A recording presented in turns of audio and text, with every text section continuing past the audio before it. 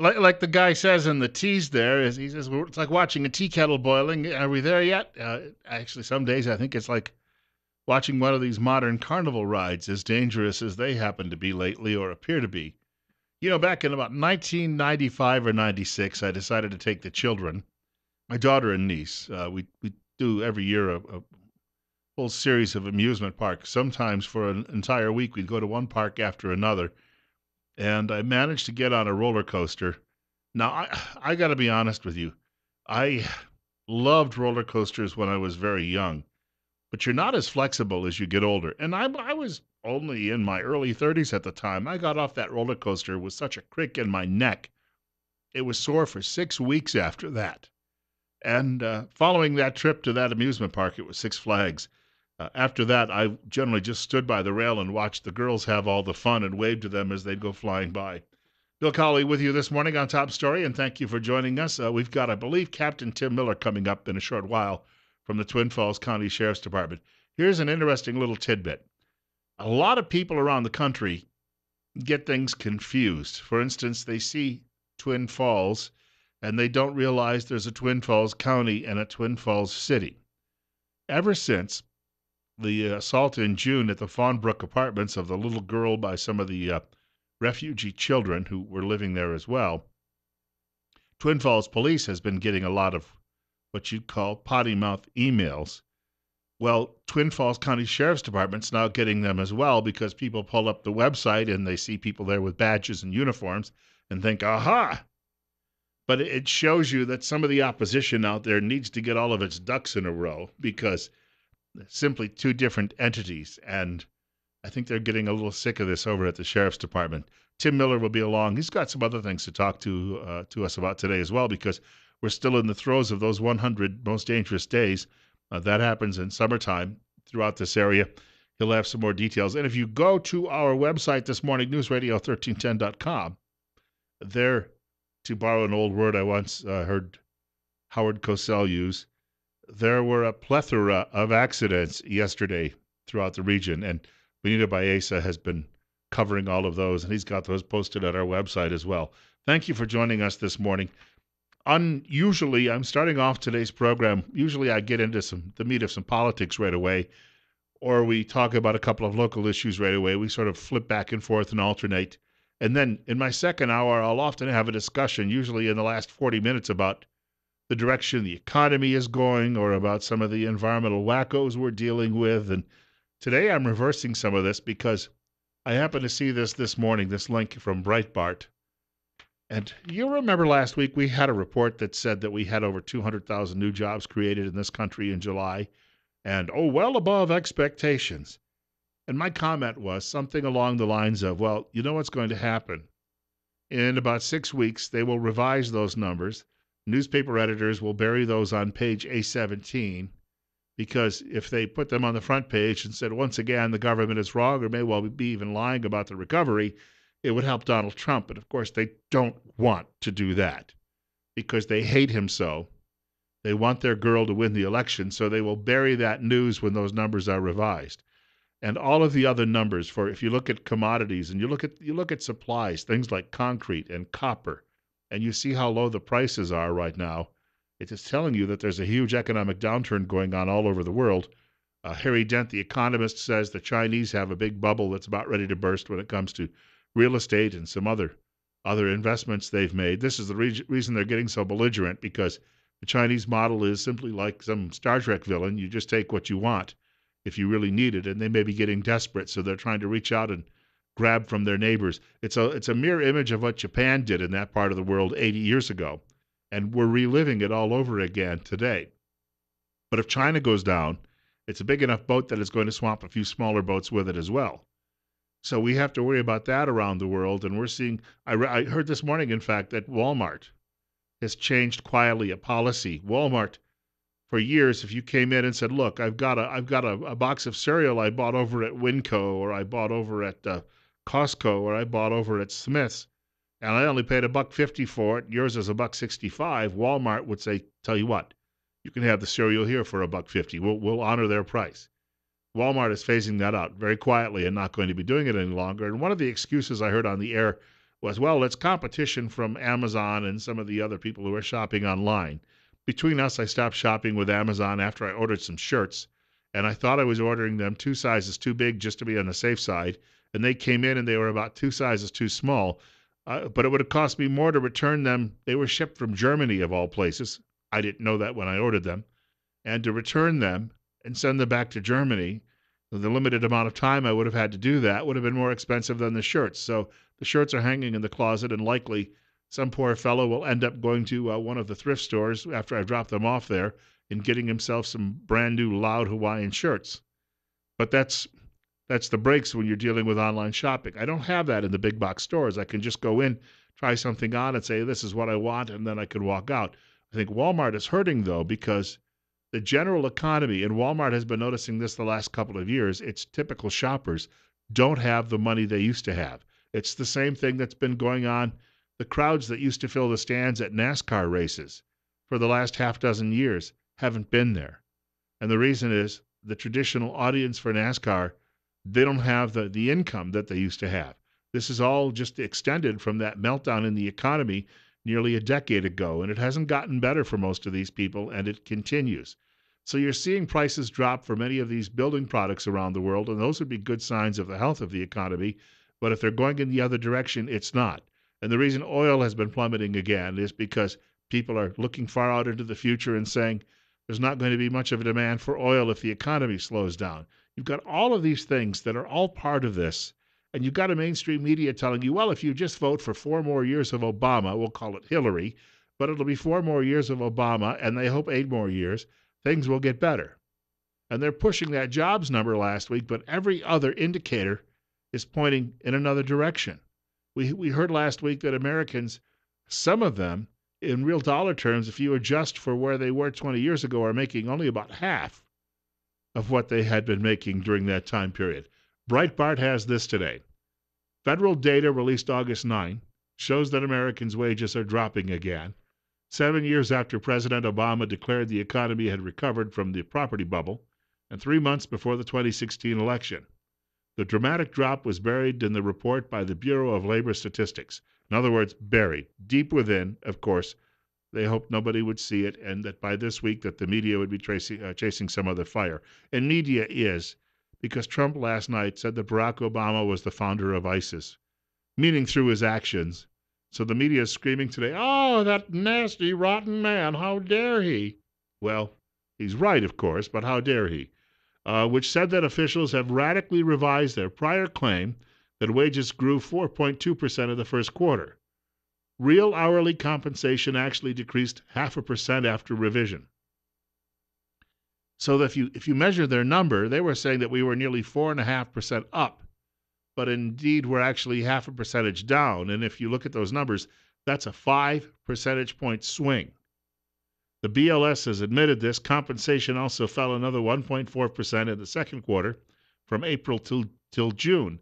And the BLS admitted in the same report that 2% drop in wages, there has been a 2% drop total since December, just from December alone. So here you go, folks. You're being urged and told who you have to vote for, and we're being told that the one guy is unstable, and golly gee, if you elect him, he'll go push the nuclear buttons just to see what happens, and he'll be mean to Muslims, and he'll be mean to illegal immigrants and all other lawbreakers, and golly, we can't have lawbreakers taking punishment for their bad behavior. So, you've got to vote for your girl Hillary, and she will enshrine political correctness across the land, and they'll rewrite history to suit themselves. I just don't know how we're going to get out of this mess.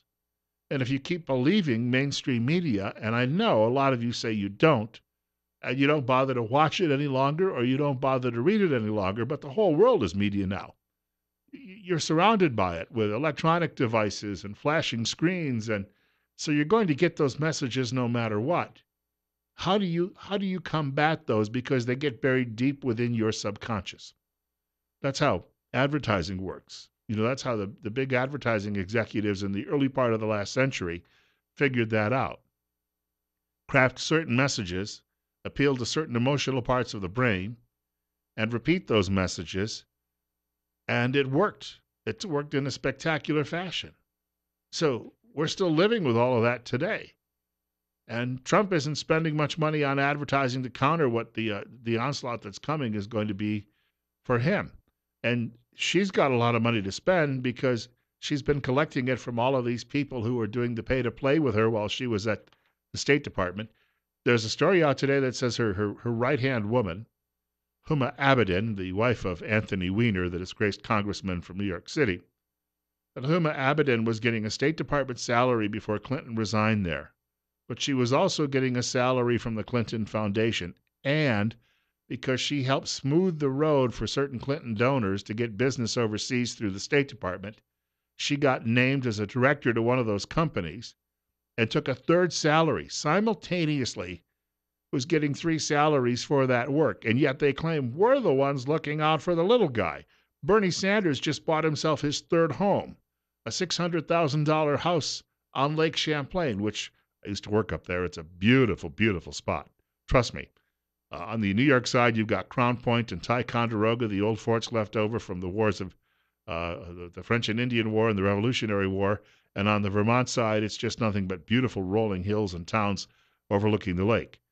I'm curious, though, Sanders, who wanted to share what I have with everybody else, if that means I'm going to be able to show up at Bernie's door on a whim in the middle of July next year and say, Bernie, I want the place for 2 weeks. What do you think he's going to say? Well, Bernie, you've got more than I do. And from what I understand, you haven't worked for anything in your life. Therefore, I'm going to come in and spend 2 weeks sitting on your couch, guzzling beer, scratching myself, and belching, because what's yours is mine. I wonder how he'll react when I do that. Yeah, he'll be calling the Vermont State Police is what he'll be doing, saying, get this vagrant out of here.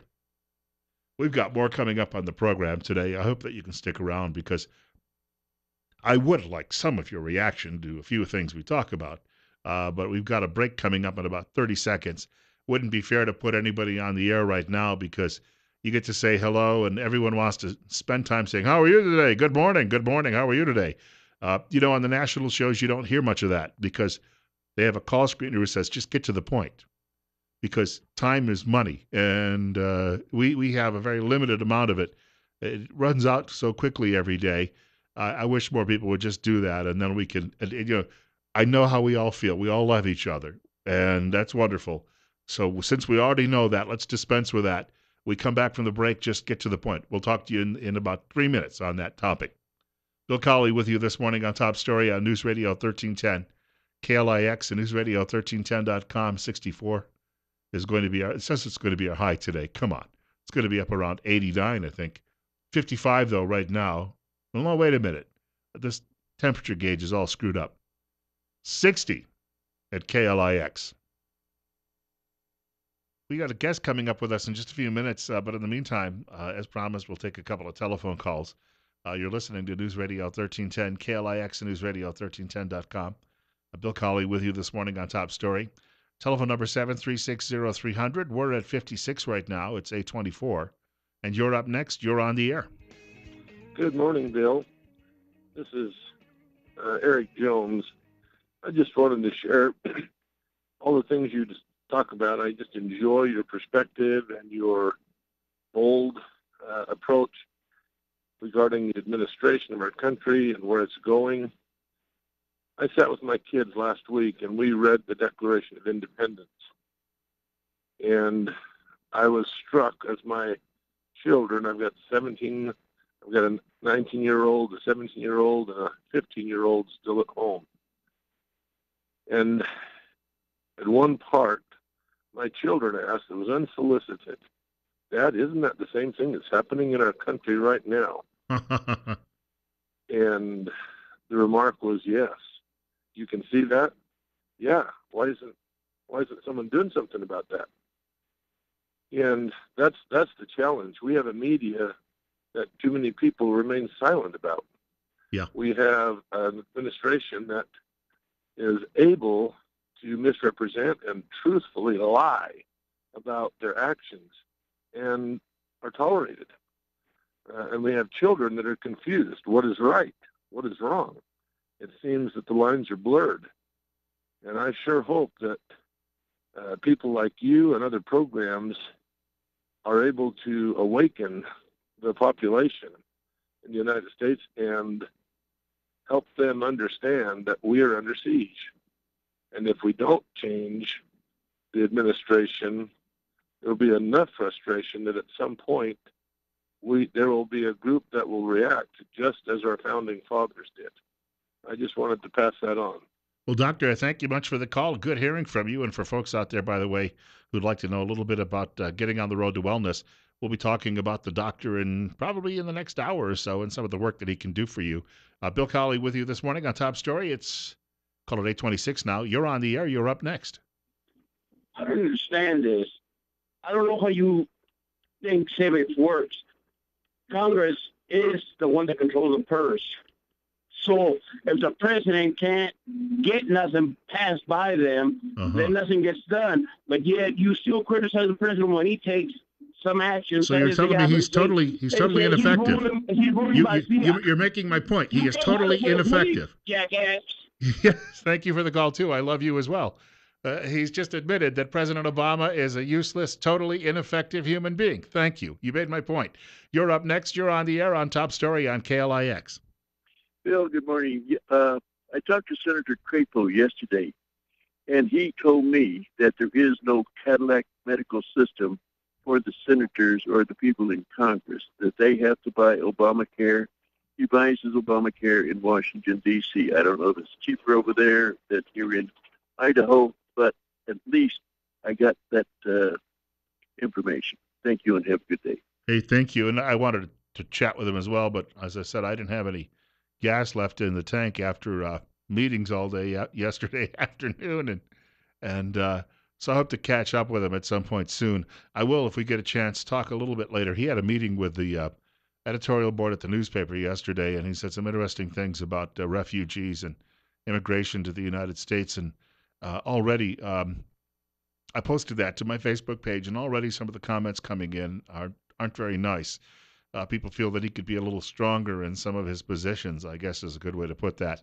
But I hope that people had a good time at that picnic. My expectations were to go, but when I walked out of the building here at 4:30 yesterday afternoon, I just, it just was, I got about a block down the street and thought I'd really like to take a nap. And I thought if I go to the picnic and I stand there and fall asleep in front of everybody, from a marketing standpoint, it wouldn't look very good. People would think I was the narcoleptic radio host. There was a old Hill Street Blues episode like that some of you may recall from, all right, we're dating ourselves now, aren't we? That was back in the dark ages. The guy's name, by the way, for those of you who are fans of the show, his name was Vic Hitler, the narcoleptic comic. And he would get on stage, tell some jokes, and then immediately fall asleep. And JD was his manager. So if you think that I have a bear trap of a memory, sometimes, not always, but sometimes. We've got a short break coming up. Hey, speaking of people who have similar type of work when it comes to law enforcement, Captain Tim Miller from the Twin Falls County Sheriff's Department is going to be joining us in just a short while. And you may have a question or comment for him as well. Keep in mind, he's been doing this radio thing, I think, longer than I have. So feel free to join us in the next few minutes. In the meantime, we have a break coming up. It's 8:30. It's 55. 56. All right, the thermometer is ping-ponging again, back and forth. That means the breeze switched direction this morning, so we'll have to learn to deal with that. That's on the way in just a few minutes. Bill Colley with you as well on Top Story on News Radio 1310, KLIX, and NewsRadio1310.com.